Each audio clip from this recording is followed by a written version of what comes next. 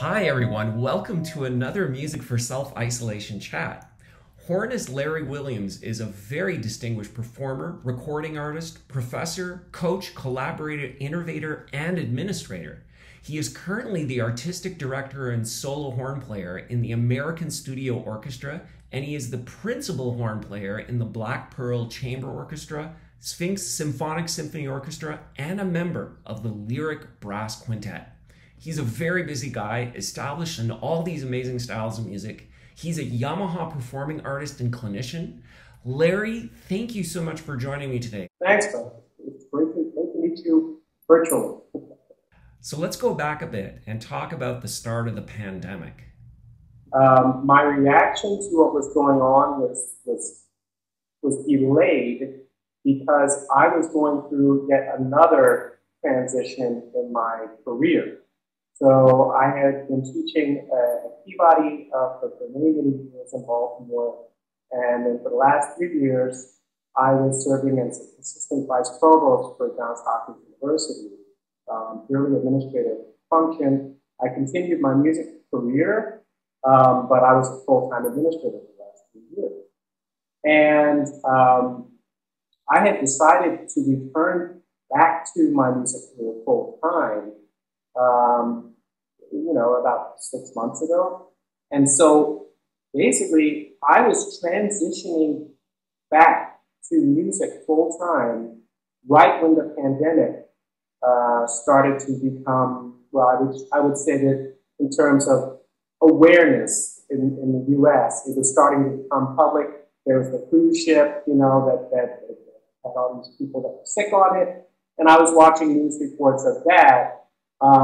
And at the same time doing this really relatively major transition career-wise.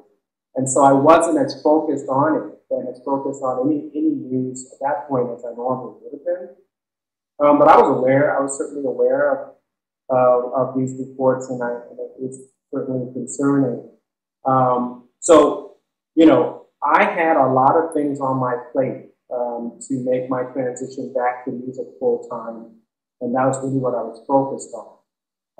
Once it became really clear that it was a pandemic, and that I was still on the email chain from my work at Hopkins, I was seeing all of these emails flowing, through all of the different administrative offices about what was going on and all of the contingency planning, and I very quickly realized this is very, very serious.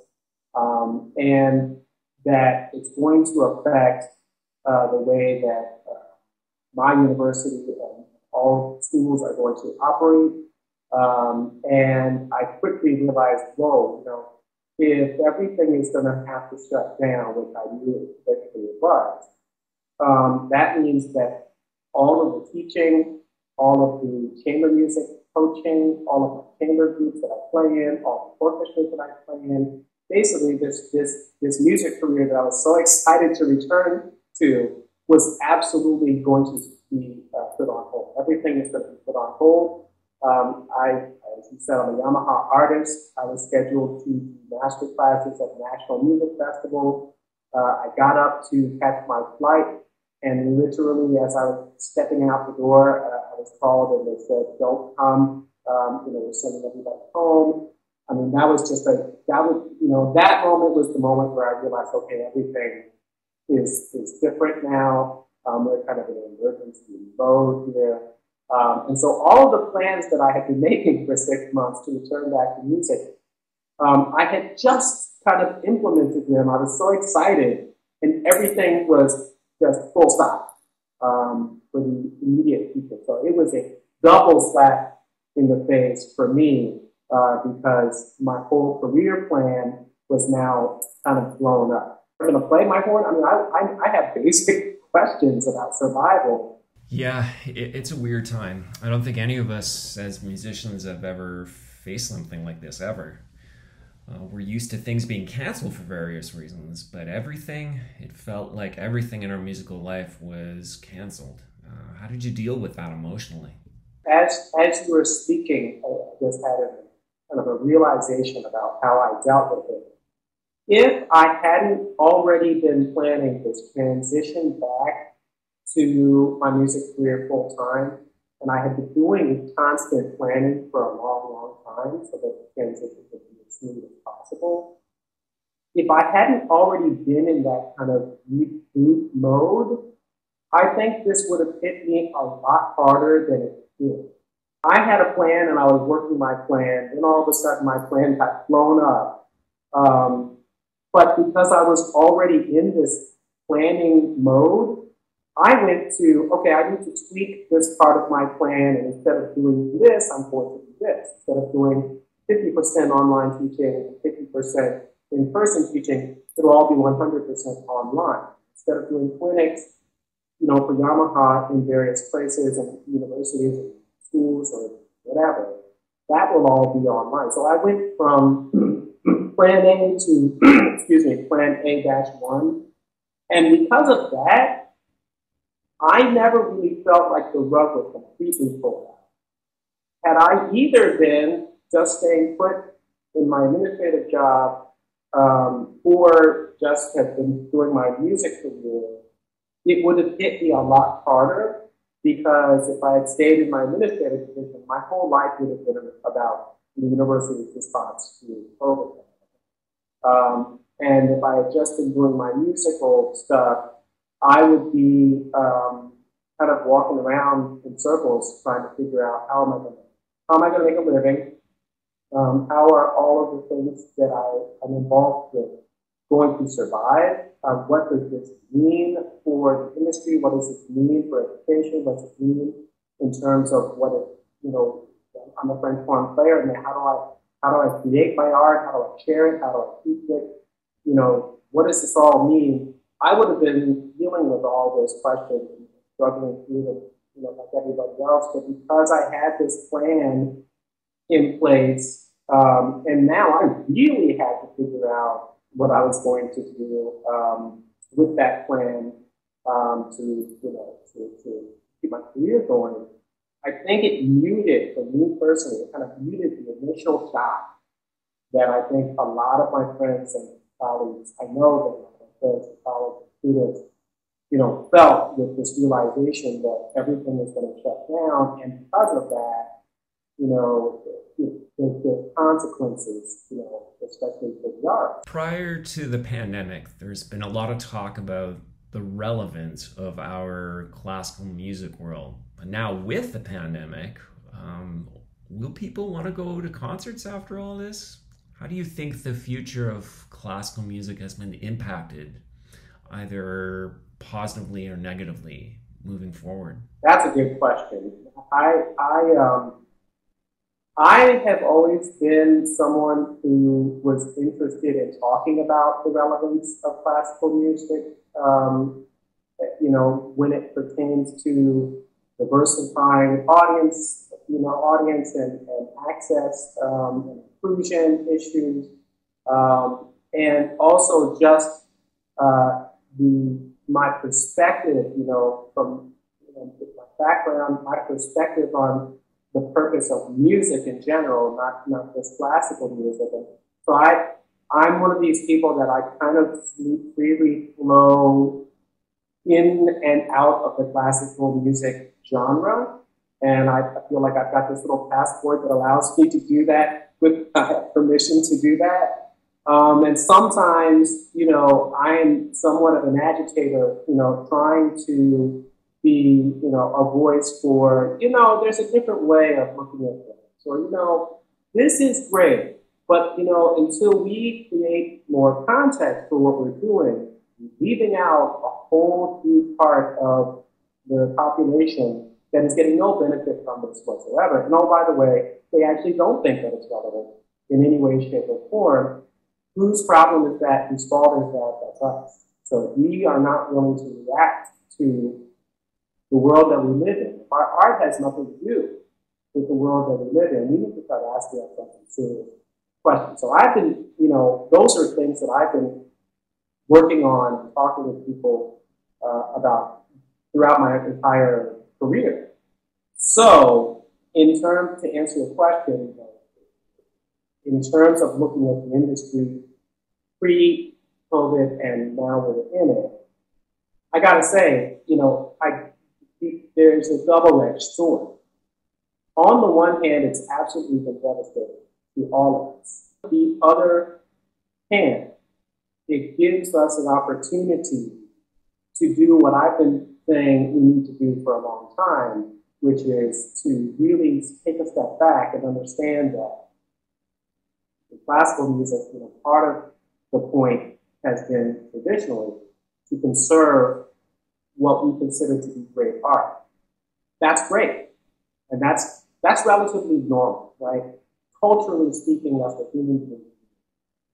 What's not really normal is to have your society and culture change and you're maintaining this under a glass dome, this art form, and really making it not relevant to anything else that's going on. So the world has changed, and classical music is standing up saying, we haven't.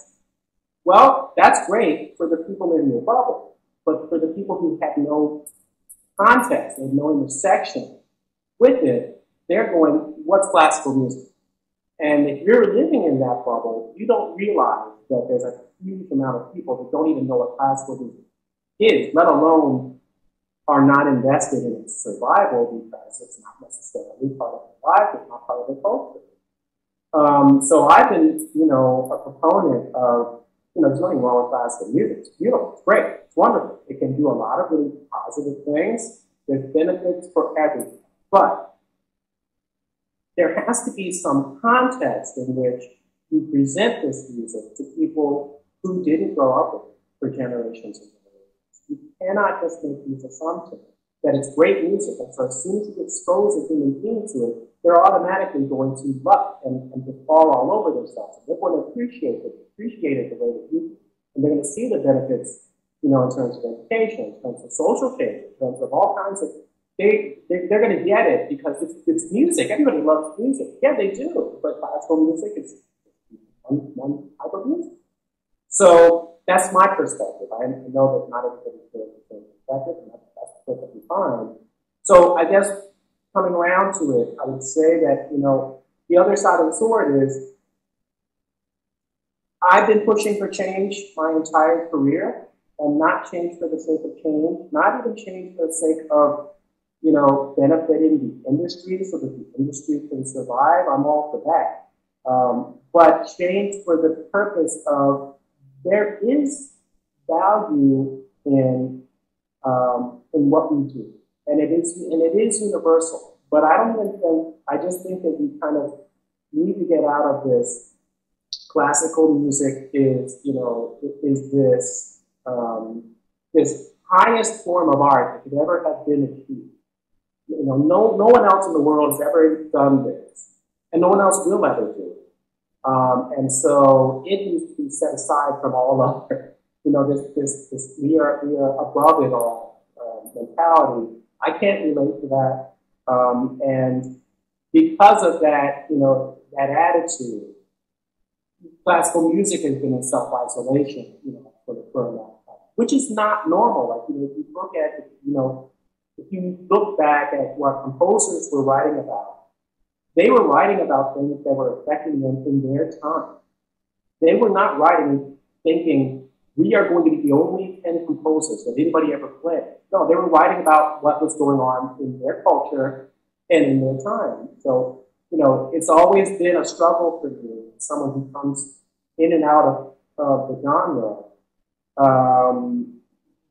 to think that I want to spend all of my time narrowly focused on, these very few composers and their time.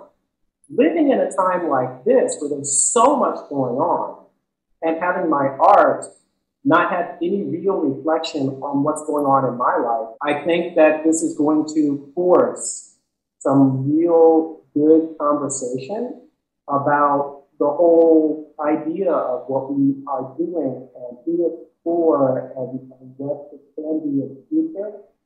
And that's the other side of the sword. I think it's going to ultimately be really good. More broadly, there's anxiety that comes with that. And, as artists focusing on other people's, trauma and drama and belief and healing and emotion. And that's great. But we are actually going through something so profound right now that if our art doesn't have any reflection to that, it, to me, is like you really have to step back as an artist and ask yourself, what exactly are you doing? Thinking about performing arts organizations and institutions, practically every single one around the world has been impacted by this. What are your thoughts about how, especially a lot of these institutions that are steeped in tradition and do things in a certain way, partly from habit or just historical practice, do you feel that because everybody has been impacted by this so drastically, do you feel that many performing arts organizations are going to have to reevaluate how they do things? And for those who don't, do you think they might not survive? And is that a good thing that they don't survive? I think that we should look at this as a forced paradigm shift.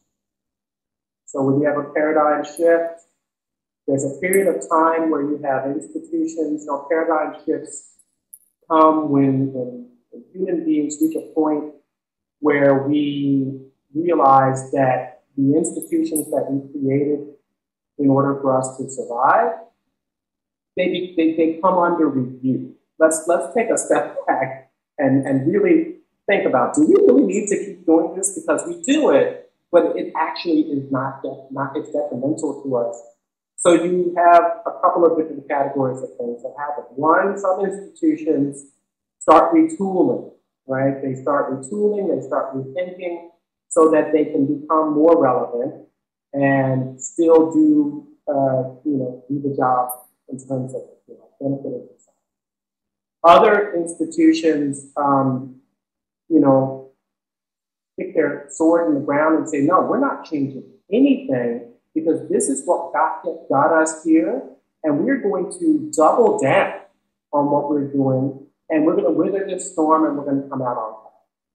Historically, those institutions go away. they don't make it in a paradigm shift. They go down with the ship, and they just disappear, and sometimes disappear very, very quickly. Also, what happens historically in paradigm shifts is the seeding and the nurturing and the growing of new institutions that are solely designed to deal with this new future world that human beings are foreseeing.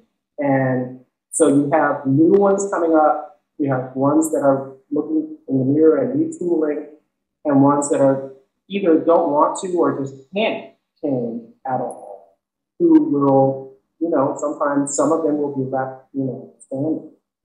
It doesn't take much, for a shift to happen. This pandemic is a huge change. It is a huge game changer for the entire industry. And so this is not some subtle little nudge that could tip us over into a paradigm shift. This is an absolute shift for the entire society. And so we all, as human beings, will reevaluate what our priorities are, where our economic resources will go. All of our big major institutions get looked at, evaluated. And that's what's going on. So yeah, I think that the arts organizations are looking at how they fund, how they get their funding. They're looking at sustainability models in terms of, if people can't come to concerts, then how do we generate, money? How do we raise money for this organization when we're not doing what our mission is to do? If we do change the mission, is it temporarily? I mean, it's very, very complex. It's easier, I think it's easiest for people who like to build new things like I do to just start something new right now. Even though it's a really crazy time to do it, it's actually a really good time to launch something new because you don't have the legacy and the restrictions that some of these older institutions have. They had an advantage, but now they have no advantage, right? There's no real advantage to having a long history right now because nobody really knows what's going to happen. It may be an advantage, being a business or an arts organization that's been around for a long time. But it also could be a hindrance because they might realize we need to pivot. We need to actually go online. We need to just be completely different. We need to go in a different direction here. And when they do, all of the institutions that have been doing that all along will be ahead of it. They're not going to just skip over it. Yeah, for sure. I think that a lot of people are so concerned, and obviously rightly so. There's a lot of things to be concerned about at times like this, but I actually ironically think this is a fabulous time to be a creative person, a creative being. Because, I mean, the world is forcing us to be creative, to think outside the box. I totally agree with that, too. And so for really creative people, it is an exciting time. We see opportunity. The thing that I would say that is interesting, I've been saying this for a long time. There's a part of being a classically trained musician that is not really very creative, that rewards kind of an artificial elevation of a standard of perfection. If you can play this piece as well as this person who played it at this point in time, if you can play it that well, you're a great performer, you're a great artist too. As opposed to, wow, I've never heard anybody play this piece like that. And whether I like it or not, I appreciate the fact that you're bringing your own soul to it, take on it, right? And I think that, because of this ridiculous standard of perfection that never used to exist, that classical music, imposes on all of us all of the time, and the criticism and kind of all this artificial, non-creative, non-artistic, non-musical junk that gets put on top of what we do, that creative muscle in a lot of us has gotten weak. We don't really spend that much time creating. We're really good at recreating, really good at that. But actually digging down and having something come out that even we didn't know was there, we don't give ourselves enough opportunity to do it. So here we are. The world is doing what it's doing. There's a pandemic, running amok. And what is our response as the artists, right? I know what the politicians are doing. I know what the engineers are doing. I know what the doctors are doing. They're doing what they do. What is the response from the artistic class, from a part of society, the part of society that is tasked with responsibility of expressing things that otherwise cannot be expressed, that we're all feeling, right? How are we as the artists doing what we're supposed to do during this time? That is an absolute challenge, right? So I can, it's not to say that you need to stop playing classical music and just write something about, COVID-19 or do something very specific. But as an artist living through this, if you're not influenced by it, I know that that's what your whole project is about. If this isn't going to influence your art, then you really are a classical music in isolation. You were in classical music in isolation before, right? So to your point, hopefully this will actually get us out of our double isolation. One, because of the COVID, and two, because of what the industry has been, has kind of evolved into. And I think a lot of people that I know in the industry are ready for this evolution, this creative evolution. And, there's not a lack of feeling. We just don't create vehicles for ourselves to express it all.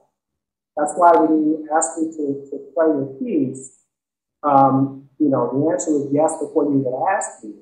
I need opportunity to express myself. And this was such a great, this was such a great project because it allowed me, to really kind of take what you wrote and look at it through the lens of how I'm feeling about these times, right? Not just about what I think Frank is looking for here, my normal process of trying to understand what you want and what it might say. But it was actually, I'm going to take this piece of music and actually let some of it out. Yeah, I definitely agree with that. That's the whole spirit of collaboration, right? Let's talk about life for you now on a personal level. Family, it has been months and a lot of us have been living in self-isolation. You have a family. What has it been like to be with your loved ones at home all the time? It's been great. I mean, we have two little ones at home, 5 and 6-year-old, and being with them has been wonderful. I mean, we adore our kids. It's been a serious challenge to manage work and also now homeschooling them. I'm a teacher, and I have nothing but respect for teachers. I've always had deep admiration for teachers. This has given me a whole nother level of appreciation for what they do, because having to try to manage that and take care of that part of our responsibility and work has been extremely challenging, and we don't want them to suffer the consequences of not going to school or not being around their friends. We want to mitigate that as much as possible. So we're giving them everything we've got, but we're not preschool, elementary, kindergarten teachers. We're really concerned parents that are going to do the best that they can, and we are. But there's guilt, there's a lot of guilt, being a parent doing the best that you can, knowing that it's the best that you can do, but it's not the best. It's not what we want for them, and it's not what they used to have. And even though the kids are extremely adaptive, much more so than we are, we know, it eats at my wife and I. They'll adapt to whatever the situation is. You understand? But we know that this is not what we wanted. I would say that, for me personally, the biggest challenge is just managing time. There's times where I'm working until 2 o'clock in the morning, 3 o'clock in the morning, because that is the only little window that I've got to get to my work. We in our family have gone through a lot of transitions beyond COVID all at the same time. It was like this perfect, horrible storm of me transitioning back to my music career full time. Then COVID. Then because the kids' school kind of shut down and a lot of other factors, we had been considering moving for a while to be closer to my wife's work and closer to our family. And we decided to start looking around, like maybe this is actually a good time to think about making the move. So we moved on top of everything else, just a month ago. So it is just, the world is new, my career is new, this house is new. The only thing that's the same is my wife and kids. And the dog, and the dog is a COVID dog. We got the dog as a puppy soon after COVID hit. Once we realized we were going to just be staying at home all the time, we figured, this is a good time to get a puppy. I think if the pets are in heaven these past bunch of months, because everybody is home all the time, they always have somebody to pet them and be with them. They're in heaven. Except for the cats. I think the cats are very unhappy. Are you still here? Give me some space. Now, just one last area that I wanted to get your thoughts on. Well, first of all, as I told you before, I've been doing these chats with many people around the world, getting their perspectives. It goes without saying, being Canadian, as Canadians, we're always very acutely aware of everything that's going on in the US. It's a bit of a Canadian pastime. We know a lot about you. I know you don't know much about us. And obviously, as a country, these past 4 months have been, well, let's put it bluntly here, it's been tragic. The number of people who have gotten sick and died in the US is terrible. Social justice issues have also arisen. You can look at that as a good and bad, that unfortunately people have died and suffered, but maybe we are rethinking, or you as a country are rethinking what kind of country you want to be. What's your thoughts about these last 4 months as an American?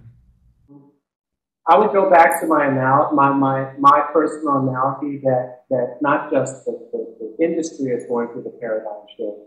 I think our entire society has been going through a paradigm shift. And that COVID, the intersection of COVID, and, the social justice, awareness and some other factors all intersecting kind of at the same time. To me and to a lot of others, I look at that as, okay, this is it. This is kind of like when when all of the institutions get laid on the table, and as a society, we decide what we're going to do. We decide what our priorities are going to be. We decide what are the institutions that we need in order for us to go the way that we want to go to. There's a huge question about equality right now in the country. There's not a monolithic agreement on what is needed. Fighting it out right now to find out what the future is. I don't know what it's going to be. I have my own personal, views, but ultimately, we're going to make some choices, and they are going to affect which way we go. And so I think that's causing a lot of anxiety. It's causing a lot of fear. People are taking advantage of that fear and anxiety and trying to manipulate, using that understanding that when people are anxious and afraid and they don't know, what they can count on, you can manipulate, right? That is the time when master manipulators go through work. They try to influence and get you to think or feel the way they want you to feel. To think about our country even having the ability to change as fast as it has in the last couple of years, and especially the last couple of months. I know what I'm going to do. I know the direction that that I want for this country to go in for me and my family and everybody that I know. And I also know that there's a lot of people that do not want it to go in that direction. And so we're going to, there's going to be conflict, and there's going to be some hashing it out. I don't know what's going to happen. I know what I'm going to do. Make a case for these institutions to go away, these institutions to retool, and let's support these new institutions because these are the things that help us move forward. That's the way my mind packages everything that's going on, so I can make sense of it. Maybe it's just because otherwise I'd go nuts and be really upset all the time. But as an artist, I feel called to respond. As a dad, I also feel called. Yeah, just like the beginning of the Dickens book, it's the best of times and it's the worst of times, right? For me, I've been trying to look at it optimistically, that there's a reason why all these various things are happening at once during the pandemic. The pandemic is this perfect time for us to really evaluate the type of world we want to live in, whether it's human rights, climate change. For me, it's all interconnected. We're seeing a massive change in attitude and perspectives around these things. So I think it is, in a way, as sad as it is that so many people are suffering. Unfortunately, human history has always taught us that we really don't react to anything until something dramatic or cataclysmic happens, right? Yeah, I completely agree. And this is our turn, right, to go through that. We just happen to be alive. during this time. And so, then it falls upon us, as to whether we're going to, be involved in trying to put forward, our point of view, and express how we feel, or if we're going to retreat and let somebody else do it. And that's not a judgment, everybody does what everybody does. But, for the creative folks, to me, it is just not possible for you to call yourself an artist and not have any aspect of your art reflect any part of all of this that's going on. You've got to be, you have to be affected, and this is why we do what we do, to express in a way that other people don't have the tools to express.